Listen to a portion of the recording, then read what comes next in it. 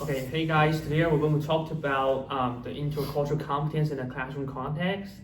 So we may share some of our personal stories later. Okay. So I'll share about the background and give a basic introduction about the topic. So intercultural competence is essential in diverse classroom settings because it enhances communication and understanding among students and teachers from other different cultural backgrounds, such as Hong Kong, Indian, something like that. And when educators and students develop this competence, they can create inclusive environments that respect value and diversity, leading to a stronger sense of belonging for everyone. So this might help us to foster critical thinking and prepare individuals for globalization citizenship by encouraging them to appreciate multiple perspectives. So do you have any personal stories to share? Maybe I'll share first. I want to share about how Chinese culture, festivals, shaped my worldview or values. So I was born in Hong Kong and I also grew up in Hong Kong, and we were pretty traditional. So basically every family in Hong Kong celebrates Mid-Autumn Festival or the Mooncake Festival. So every year we have a special day for dinner, and the dishes will be more high class, or the ingredients more high class. Okay. And every year I get very excited for the dinner specifically because I like the scallops, garlic scallops, and then noodles. Those scallops make you excited. Yeah, and my family has a tradition, and I don't know if it applies to all other families, but for the scallops, we need to give it to my dad first, and then my mom, and then my two sisters, and then finally me. So that's So you're the youngest in your family? Yeah. Okay. So basically, I'm the youngest one, so I get it last. Okay. But it's not compulsory. It's just how we do it. Sure. So after dinner, we go to a parks. For me, the closest would be the Taipo Waterfront Park, and we can walk around the trail, and there are many others in the community. Basically, you can't walk because there are too many people, but I think the atmosphere is amazing, and you can admire the beautiful view of the moon. Okay. And I think this tradition is quite important because I think it's not just about dinner and walking around. Of course, I think it strengthens the bond of family because you gather around, especially after my sisters, because they're working right now. Not very often we have all 5 of us of the family eat dinner together, and outings, of course, not very often because we all have our own activities or work. So I think it reminds me of my value and of my family. I need to cherish them, and I think the Mid-Autumn Festival is a great time to spend time with my family. Yeah. Do you have any, Eric?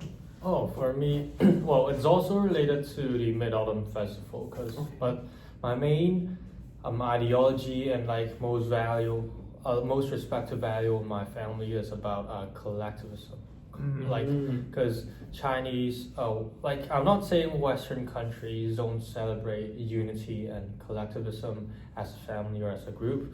In the past week, there's Thanksgiving for Canada, but I still think Western cultures are more individualistic, on the values of cars and etc. But related back to the festival. So one year my baby cousin was 1 or 2 years old, and she was always crying all the time and nagging. So I just told my mom I won't be attending Mid-Autumn Festival dinner because I don't want to hear my cousin crying. So I'll be going out with friends. So my mom was actually quite disappointed, not by my childish behavior of like complaining, like not coming, but her main focus was celebrating unity as a whole family. Like unless like now I'm in Canada, so I don't have a choice, but or else here in Hong Kong, you should celebrate with your whole family and unity, and like it's like a respect to the elders and like the whole family tradition and the whole family structure. So I guess yeah, the unity and collectivism is very emphasized. It's much emphasized in my family. Okay, so for me it's the Lunar New Year gathering. So every year the whole family, like a lot of people will gather around to my grandma's house to have a big like Lunar New Year dinner. So there must be at least 8 dishes on the table. For example, the fish must be a whole fish, and every dish has its own meaning. So we very emphasize on that. So we like every year we'll do that. And some like in recent years, after we eat the dinner, we will go around traveling, like to the southern part of China or to other countries like Japan, something like that. Yeah. So after talking about our personal stories, so have you encountered of any like misunderstanding to your cultural background, or like for example for me, some of the people might think that our like family gathering or like the trip might be too rigid or too formal. Actually, it's like kind of like do what you want to do. It's actually fine. Do you have any misunderstandings like due to your I don't have like an or any actual challenges? experience, but I think as I mentioned, my family food to my dad first, and then finally me. I think maybe some people would find this to be kind of weird. Why would you do it in like a happy celebration day? Why not just have a great time sharing your food? But I think this is kind of like my values, which is because as I like get older and older, I think my family has done so much that back in when I was still a very little boy, I don't cherish them enough. So I think this tradition is actually a great opportunity for me to at least like indirectly show respect to my family. Okay. So, Yeah. So do you have any like reflection or any cultural reflection? Yeah, how about let's wrap it up? Yeah, sure. So yeah, I think we focus on different aspects of the Chinese culture, like how families like to spend the whole festival together. Yeah. Like what do they do and what do they like work as a family, and I shared about how is the family structure perceived.